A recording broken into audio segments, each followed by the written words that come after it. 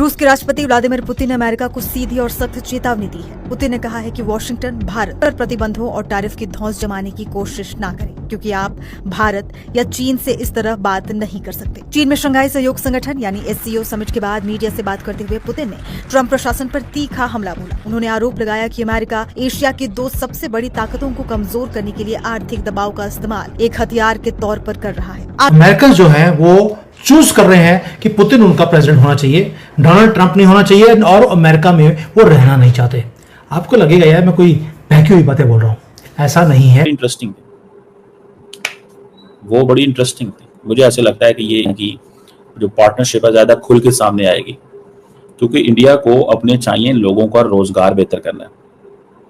India को अपने लोगों का, अब देखिए फॉर एग्जांपल कि यकीनन यही सोचकर शहबाज शरीफ साहब को रखा गया होगा कि जी यार जबान में ये भी कह सकते हैं कि कुछ दे दो और ये भी कह सकते हैं कि वापस बाद में कर देंगे। तो बहरहाल अब इस किस्म की चीजें जो है उसको कहा जा रहा है। हमारे यहाँ जो हमारे इंडियन दोस्त हैं वो इसको कटोरा डिप्लोमेसी का नाम दे रहे हैं। मुझे समझ नहीं आ रही कि कटोरा डिप्लोमेसी का क्या मतलब है। दोस्तों, भारत को जो उनके मैन्युफैक्चरर्स हैं, जो उनके एक्सपोर्टर्स हैं, जो बाहर यूएस में भेज रहे थे, जिनको हिट पड़ा है, उनको कवर देना पड़ेगा ना। अगर उनको कवर देना पड़ेगा तो I think this is a very good idea.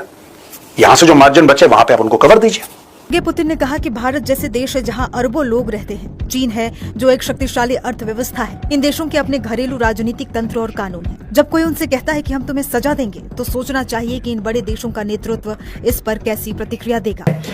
Thousands of Americans America को छोड़कर रशिया पहुंच रहे हैं। उनको अमेरिका में पुतिन को प्रेसिडेंट नहीं बनाना, वो पुतिन को ही प्रेसिडेंट चूज कर रहे हैं। They are taking American citizenship को छोड़कर they are going to Russia.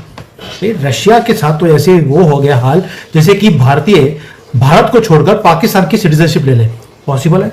वही हाल अमेरिका का और रशियंस का है। आप कभी सोच नहीं सकते थे कि ये टाइम आएगा।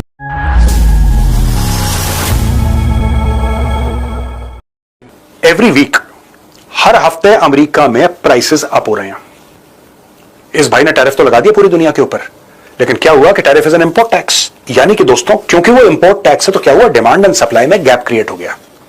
ठीक है, डिमांड एंड सप्लाई में जैसे ही एक गैप क्रिएट हुआ, वैसे ही इमीडिएटली रिस्पॉन्स क्या आया, दाम बढ़े हर चीजों के। छोटी छोटी चीजें, $1, $2, $5 ऐसे करके दाम बढ़ गए। अब क्योंकि दाम बढ़ गए और ये दाम और हर हफ्ते बढ़ते रहेंगे, बिकॉज सप्लाई तो है नहीं, क्योंकि आपने टैरिफ लगा दिया, आपने दीवार खड़ी कर दी भाई टैरिफ्स की। अब जब टैरिफ की दीवार खड़ी कर दी तो सामान अंदर कैसे आएगा? That is the main point. दोस्तों, जैसे जैसे अमेरिका के अंदर चीजों के दाम बढ़ेंगे, वैसे वैसे फ्री ट्रेड अग्रीमेंट के अमेरिका करीब आएगा। आज की तारीख में अमेरिका यह कह रहा है कि बात नहीं करनी यार, मजा नहीं आ रहा। मजा आएगा अमेरिका के अंदर जब दाम बढ़ेंगे, दूध के, ऑटोमोबाइल कंपोनेंट्स के, घर की छोटी मोटी चीजों के जब दाम बढ़ेंगे ना, जब अमेरिकन आएंगे सोशल मीडिया पे, सड़क पे, तब मन चाहेगा भारत से बात करने का। Don't worry, we are waiting for you, you take your time. यहां पे दोस्तों भारत ने अपना सेमीकंडक्टर का मिशन शुरू कर दिया है। ये बड़ी इंपॉर्टेंट न्यूज है और डायरेक्टली लिंक्ड है दोस्तों। खासतौर से जो प्रधानमंत्री मोदी और प्रेसिडेंट पुतिन की जो इक्वेशन नजर आई, साथ साथ वेन्यू पे जाते हुए, सेम राइड, सारी कुछ, और यूक्रेन को लेकर प्रधानमंत्री मोदी का ये एम्फेसिस कि आप इसको एंड करें, ये सारी चीजें किस तरह से आप डिकोड कर पा रहे हैं? देखिए अंबर जी, ये मेरा मानना है कि व्लादिमीर पुतिन मोदी को नोबेल पीस प्राइज दिला के ही मानेंगे। अब लोग पूछेंगे ये व्लादिमीर पुतिन क्यों करना चाहते हैं? क्योंकि उनको मालूम है कि डोनाल्ड ट्रंप को नोबेल पीस प्राइज चाहिए। और आज न्यूज आई है कि नोबेल पीस प्राइज के अंदर 5 की कमिटी में से 3 लोगों ने अपोज कर दिया है। उन्होंने बोल दिया कि डोनाल्ड ट्रंप का नॉमिनेशन भी हमको नहीं लेना चाहिए। अब पिछले दिनों व्लादिमीर ज़ेलेंस्की जो है, उन्होंने 2 बार मोदी जी को फोन किया और मोदी जी को बोले भी है कि कैसे ना कैसे हमारी अर्जी लगा दो पुतिन के पास। और ज़ेलेंस्की भारत भी आने वाले हैं, देखिए पुतिन भी भारत आने वाले हैं। पुतिन आने वाले दिसंबर में, ज़ेलेंस्की कब आएंगे हमें अभी तक डेट नहीं मालूम है। और आज जिस हिसाब से आपने देखा है कि दोनों एक साथ ये स्को समिट में एक साथ वो लोग गए थे और पुतिन मोदी जी के लिए 10 मिनट रुके, फिर वो कार में उनके साथ 45 मिनट्स का उन्होंने 1-to-1 मीटिंग की है। उसके बाद 1 घंटे की और मीटिंग की है। तो मुझे ये लगता है कि मोदी और पुतिन, मुझे ना ये शोले की जय वीरों की जोड़ी याद आ जाती है कि दोनों मिलके सब जो गब्बर सिंह है, ये भले वो शी जिनपिंग हो या ट्रंप हो, दोनों को एड़े हाथों लेने वाले हैं। अब आप सब लोग सोच रहे होंगे कि जब सब international media Putin, Xi Jinping, Modi की बात कर रहा है और हम यहाँ पे सिर्फ मोदी और पुतिन की क्यों बात कर रहे हैं? देखिए, सबको मालूम है कि शी जिनपिंग पे भरोसा नहीं कर सकते, भारत तो भरोसा ही नहीं कर सकता। पुतिन को भी मालूम है जब तक उसको चाइना की जरूरत है, तब तक ये यूक्रेन वॉर खत्म नहीं हो जाता, तब तक ही उसको चाइना की जरूरत है। जिस दिन वेस्ट ने सैंक्शंस हटा लिए, उस दिन चाइना एक तरह से प्रायोरिटी में नहीं रहेगा रशिया के। तो इसके लिए दोनों को मालूम है कि हम दोनों टाइम टेस्टेड फ्रेंड हैं, और इसी नाते आप ये देखिए कि उन्होंने बात की है पुतिन के साथ, किस गर्मजोशी से बात कर रहे हैं, प्राइवेट 1-to-1 की बात कर रहे हैं। और हमारा जो भिखारी नेशन है जो पाकिस्तान, उसका जो शहबाज शरीफ है उसको देखते रह गए। ऐसा हो गया कि वो दौड़ के शी जिनपिंग से हाथ मिलाने के लिए हाथ बढ़ा रहा है, मतलब उसको रॉयली इग्नोर कर रहे हैं। और वो सारे जो भिखारी देश है अजरबैजान, इन लोगों के साथ जाके फोटो खिंचा रहा है, सब चीज है।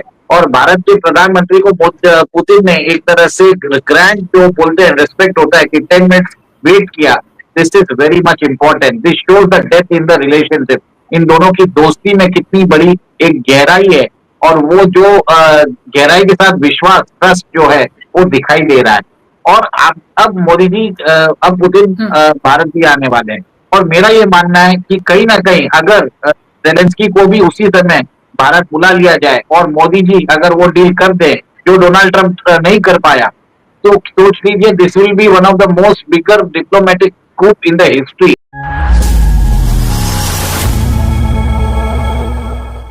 दोस्तों नमस्कार।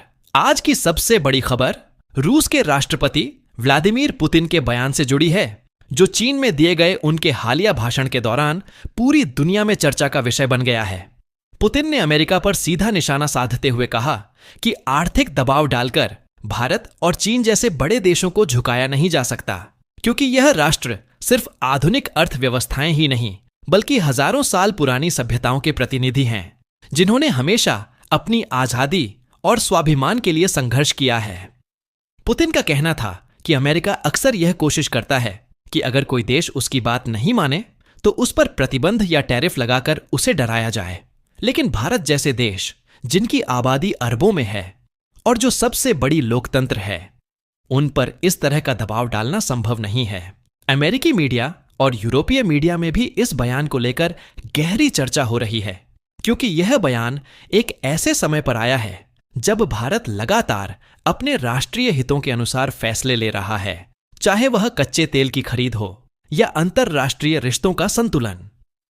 पुतिन का इशारा साफ था कि अब समय बदल चुका है और विकासशील दुनिया में भारत और चीन जैसी शक्तियां अपने दम पर खड़ी हो चुकी हैं, जिन्हें किसी भी तरह का आर्थिक आतंकवाद स्वीकार नहीं है।